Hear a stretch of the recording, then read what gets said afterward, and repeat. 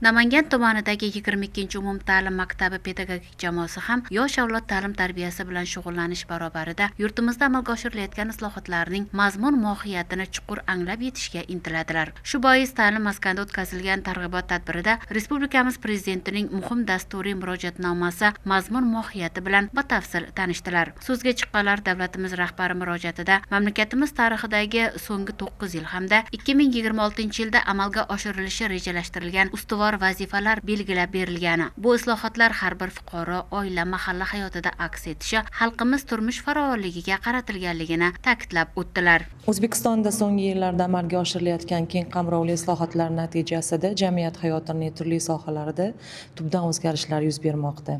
Hurmatli prezidentimizning Oliy Majlis va xalqiga yo'llagan murojaatnomalarida juda ham ko'plab keng qamrovli ishlar aytib o'tildi. Muhtaram prezidentimizning yo'llagan murojaatnomalaridan men o'zimga shuni dasturlamal qilib oldimki, bu bizni yana ham izlanishga, harakatga va kelgusida o'z davlatimizga, yurtimizga xizmat qiladigan kadr sifatida rivojlantirishga juda ham katta turtki beradi. Mana shu murojaatnomadan kelib chiqib, o'z oldimga shunaqangi maqsadlar qo'ydimki, bundan keyin yosh avlodni rivojlantirish bilan birga nafaqat ularni, balki atrofimdagi insonlarni ham, kerak bo'lsa, mahallamni rivojlantirishga ham o'z hissamni qo'shishga harakat qilaman. Prezidentimizning murojaatnomalari o'qituvchi sifatida bizga juda katta imkoniyat yaratib berishini bildirdi. 2026-yilda mo'ljallangan strategiya yo'nalishimizda ham aynan asos ta'limga berilayotgan imtibor yoki unga ajratilayotgan mablag'lar ham moddiy jihatdan, ham ma'naviy jihatdan juda meni quvontirdi.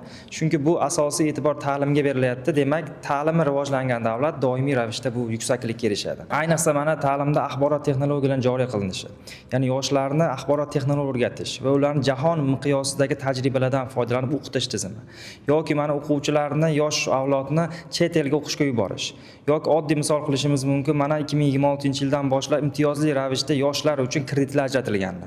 Bu ham aholini o'zini-o'zi band qilish, yoshlarni katta hayotga qadam qo'yishda ko'maklashish uchun ajratilgan imkoniyatlar deb bilaman. Bu murojaatnoma meni keyingi faoliyatimda, ya'ni oliy ta'lim tizimida yoki maktab tizimidagi faoliyatimda juda qo'l keladigan umiddaman. Chunki bu murojaatnoma bandlari hammasi kimlar uchun? Shu O'zbekiston fuqarolari, biz yoshlar uchun berilayotganidan quvonaman. Shuningdek, targ'ibot tadbirida so'zga chiqqanlar murojaatnomada ta'kidlanganidek, mamlakatimiz taraqqiyotida mahallaning o'rni alohida ekanligi, jamiyatimizning asosiy bo'g'ini bo'lgan mahalla instituti oilalar farovonligi, yosh avlod kamolatida muhim ahamiyat kasb etishini e'tirof etdilar. Ertangi kun egalari bo'lgan yoshlarning qo'llab-quvvatlanishi, ularga ko'rsatilayotgan g'amxo'rlik yurtimiz kelajagiga daxldorlik hissi bilan ulg'ayayotgan avlodlar uchun yanada katta imkoniyatlar eshigini ochishi ta'kidlandi. Bir so'z bilan aytganda, prezident murojaatnomasi har bir yurtdoshlarimiz kabi ta'lim tizimida faoliyat yuritayotgan pedagoglarni ham yangi maqsadlar sari undaydi.